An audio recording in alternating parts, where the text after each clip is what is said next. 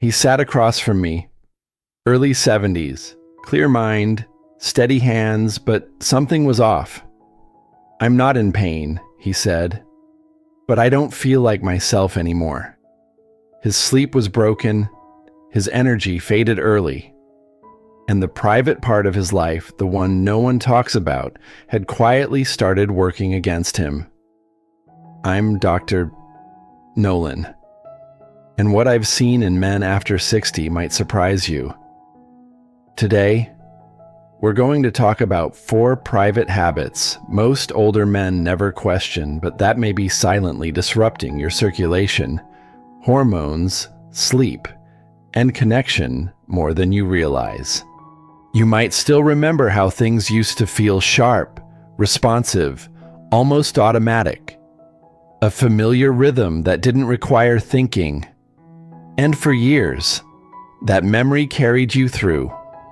But what most men don't realize is that after 60, your nervous system slows by nearly a third, and your blood vessels lose up to 28% of their natural flexibility. The signals still arrive, but they travel differently.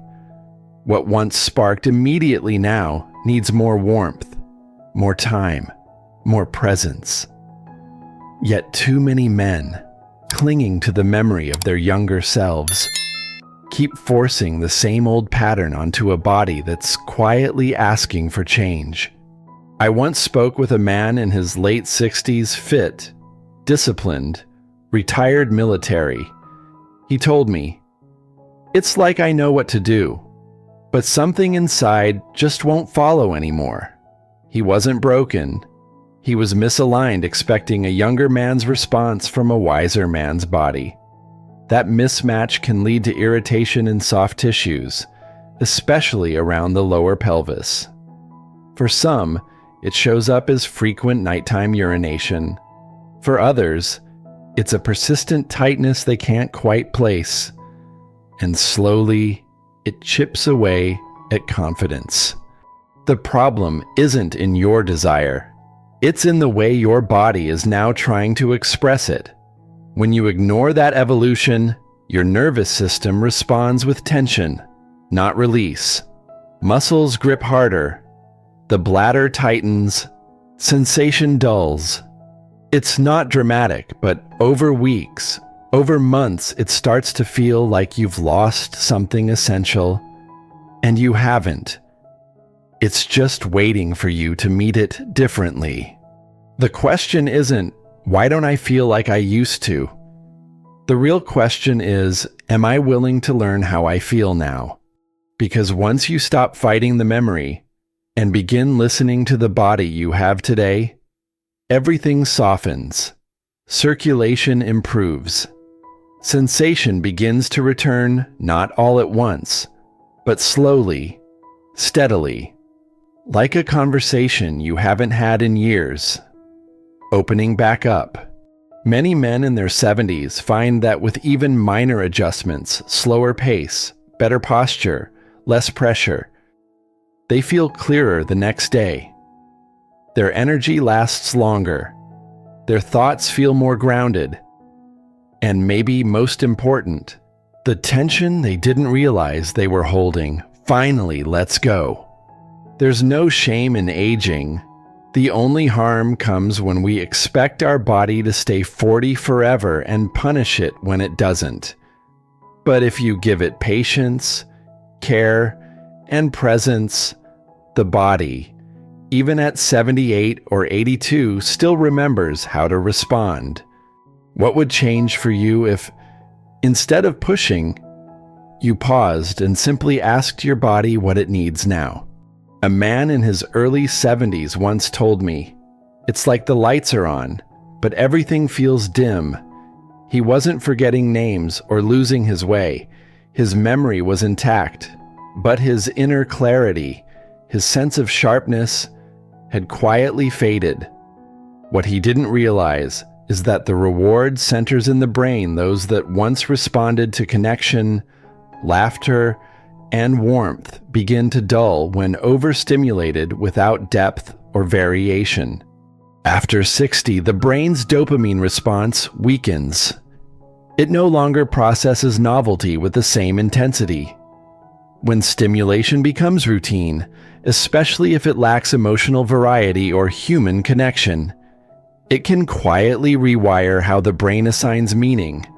That means less satisfaction, even after pleasure, less interest in the world around you, less motivation to move, engage, or even speak.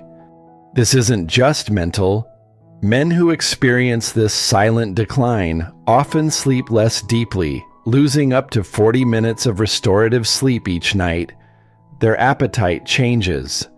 Their conversations shorten. And for some, emotions flatten. They no longer look forward to things they simply maintain. It's not depression in the obvious sense, it's disconnection. And it happens slowly enough that you might not even notice. One man described it like this: "I feel fine, I just don't feel much of anything." And yet, when he adjusted his routine, less repetition, more meaningful physical touch, even soft music and sunlight, his spark came back. Within 2 weeks, he felt more alert. He stopped napping during the day. He started calling his brother again. The science behind it is simple. The brain, especially after 65, needs emotional diversity. When it receives the same signals over and over, especially if they lack context or warmth, it stops paying attention. That's when the fog rolls in. Not because your brain is failing, but because it's quietly asking for something more nourishing. This is why, even at 75 or 80, men who find small ways to reintroduce variation through light exercise, nature, conversation, even just silence, often report renewed clarity.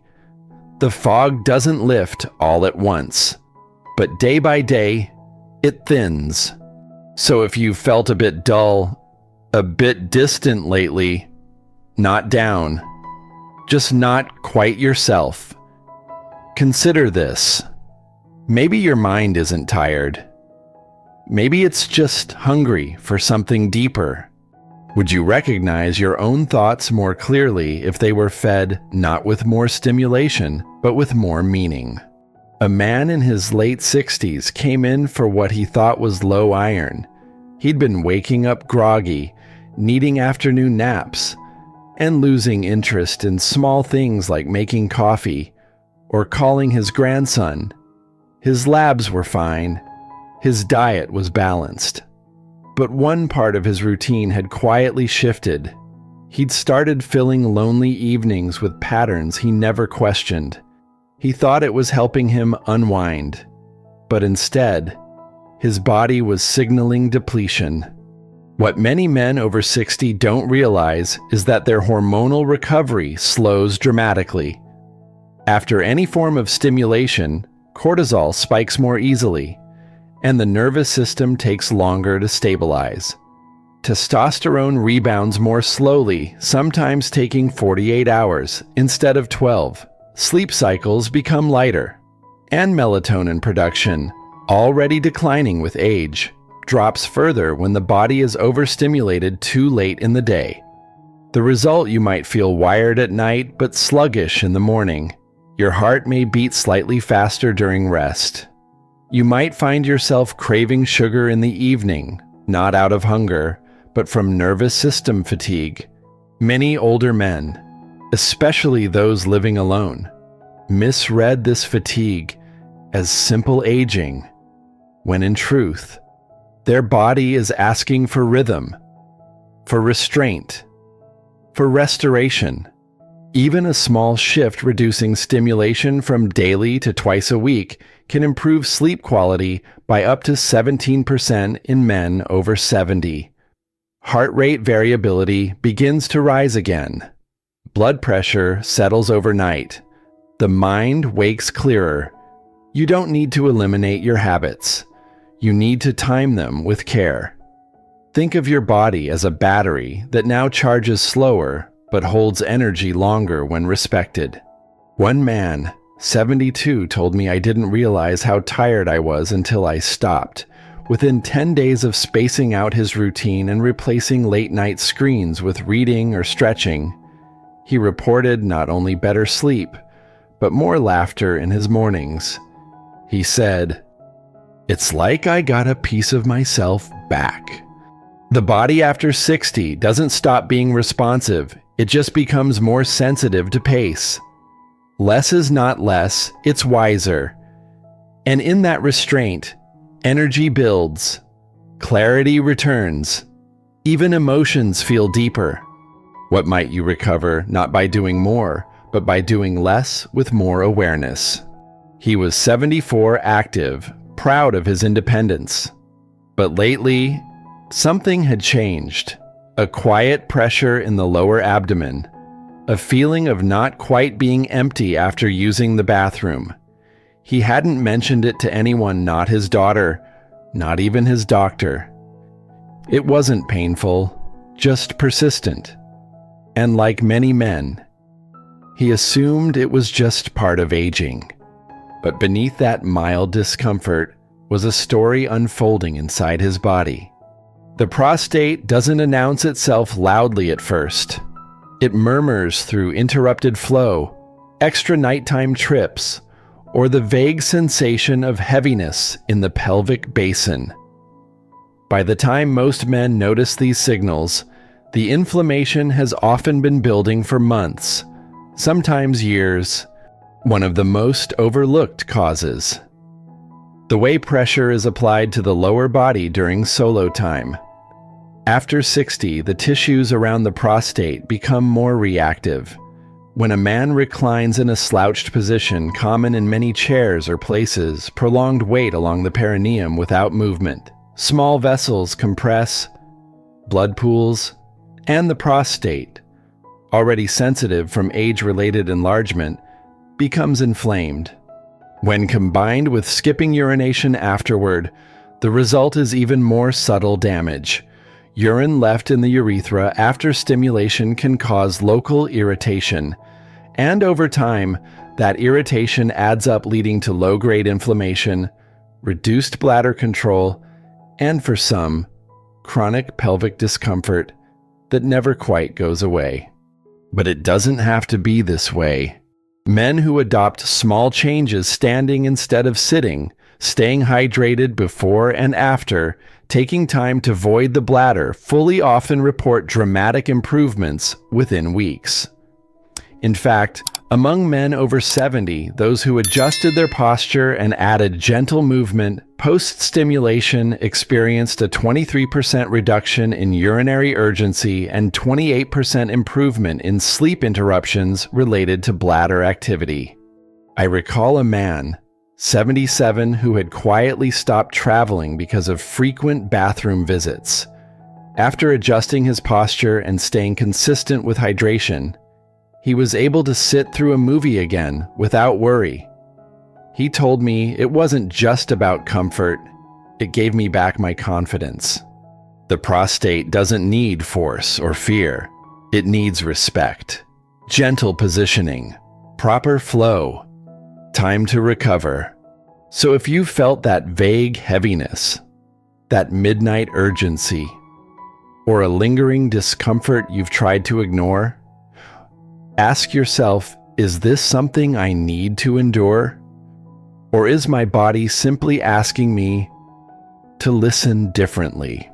The body speaks in whispers before it shouts, and when it comes to hormones after 60, many men miss the first signs.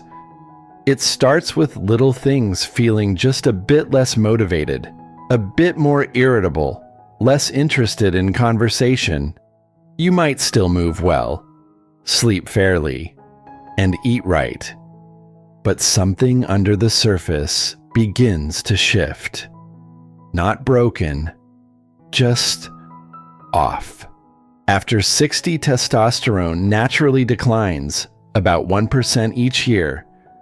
But in men who overstimulate without recovery, especially at night or during periods of emotional stress, those levels can drop by 20-25% more than expected.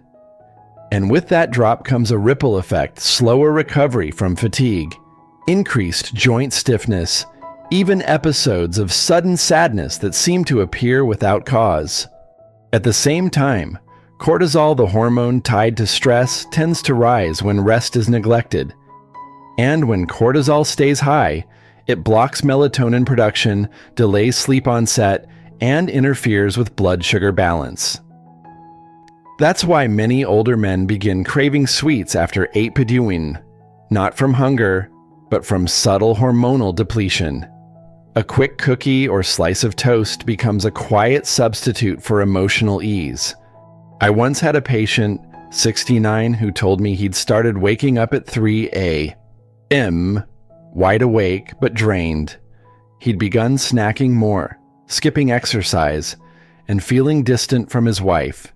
He didn't feel depressed, just numb.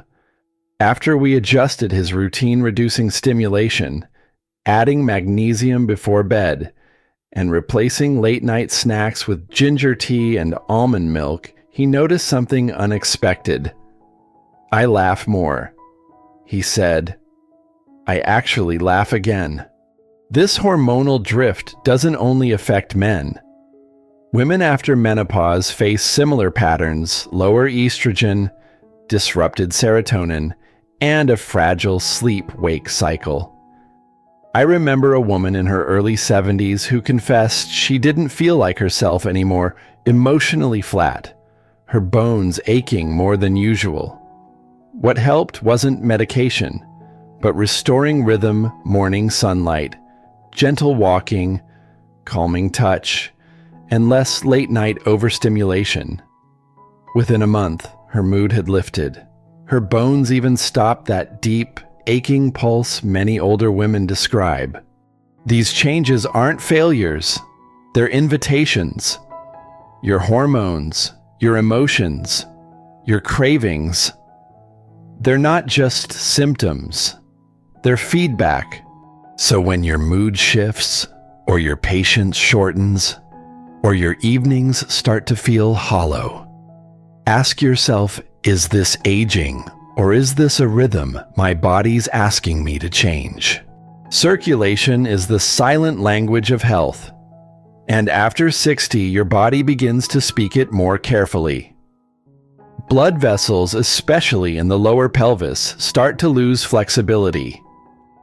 The lining of those vessels, called the endothelium, becomes less responsive, and the tiny capillaries that feed sensation, warmth, and restoration, they narrow, unless we learn to meet them with new habits. I often see older men mistaking tension for strength. They apply more pressure, believing it will bring back a feeling that's faded. But what they don't realize is that too much pressure on vessels already stiffened with age can slow blood flow by 35% in the areas where responsiveness depends on subtlety, not force. Hydration is one of the first lines of defense. Men over 70 who increase their daily fluid intake by just 500 milliliters, about 2 glasses of water, often see better nighttime circulation, improved bladder flow, and fewer cramps in the legs and pelvis. But hydration alone isn't enough. Your vessel health also depends on rhythm, breathing slowly, pausing between stimulation, changing positions to avoid compression behind the thighs or below the spine. Even warmth matter. Older tissues respond better when they aren't cold or braced in stillness. I remember one man, 76, who came in with a sense of heaviness, not pain, just a dull resistance. We looked at his habits: minimal water, rushed routines, little movement afterward. He started making small changes: warm compresses, ginger tea in the evening, light walking before bed, and within 2 weeks, that heaviness had lifted. "It's like the pipes aren't clogged anymore," he told me. Ginger, in particular, can be surprisingly effective. Among men over 65, consistent intake, just half a teaspoon daily, has been shown to improve vessel flexibility by 18%.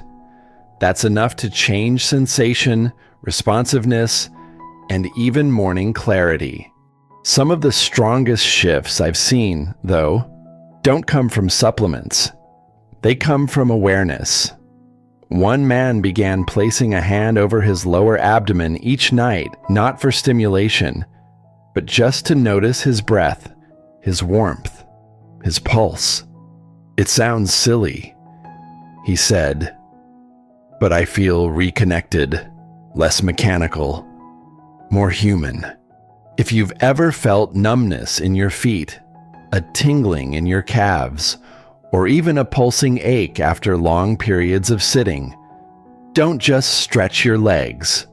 Think about your vessels, your habits, your pressure points. They're not just plumbing, they're your body's language of life. What might improve, not through more effort, but through better flow. He was 82, thin, clear-eyed, soft-spoken, a retired math teacher who had lived alone since his wife passed 5 years earlier. "I don't feel broken," he said. "I just feel like something's gone quiet." He didn't mean his hearing. He meant the part of himself that once felt close to life awake, connected, warm.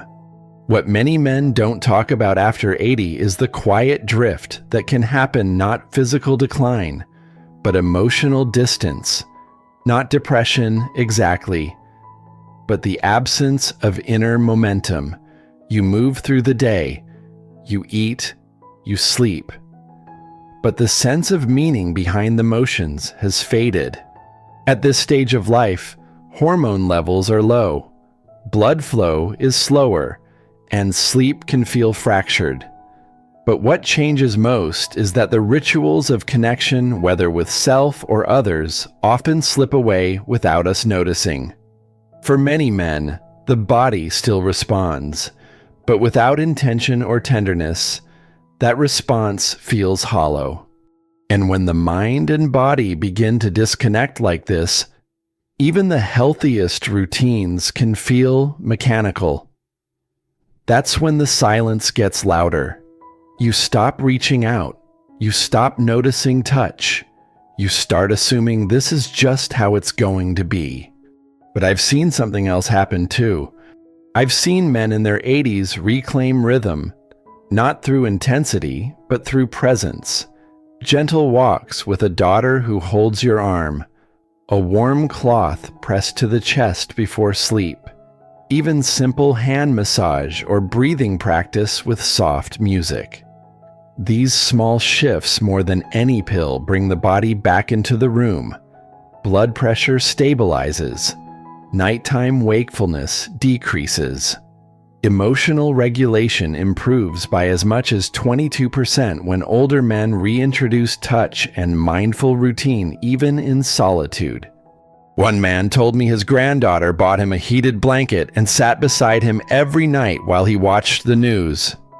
"It's silly," he said, "but I sleep better. I feel not so far away." What returns is not youth. It's contact, connection, clarity. If you're over 80 or caring for someone who is, remember the need for intimacy doesn't fade. It changes form. It softens. But it still matters. What simple act done with care could reconnect you to a part of yourself you thought was gone? So many of the men I've cared for after 60 believed they were simply slowing down. They thought it was age, a natural fade. But often, it wasn't age, it was silence. A silence between what their body was trying to say and what they had been taught to ignore. If anything in today's reflection felt uncomfortably familiar, I want you to know this isn't about fault. It's about timing. And now is the right time to listen. The right time to adjust. The right time to approach your body, not with shame or urgency, but with curiosity and care. After 60, we are offered a new kind of strength, one built not on speed or performance, but on understanding. You don't need to prove anything to anyone. You've already lived decades of doing. Now, your body is asking you to be with it differently, to trust that slowing down doesn't mean fading away. It often means becoming more fully present than you've been in years. So if this made you reflect today, let someone else feel that too. Share it.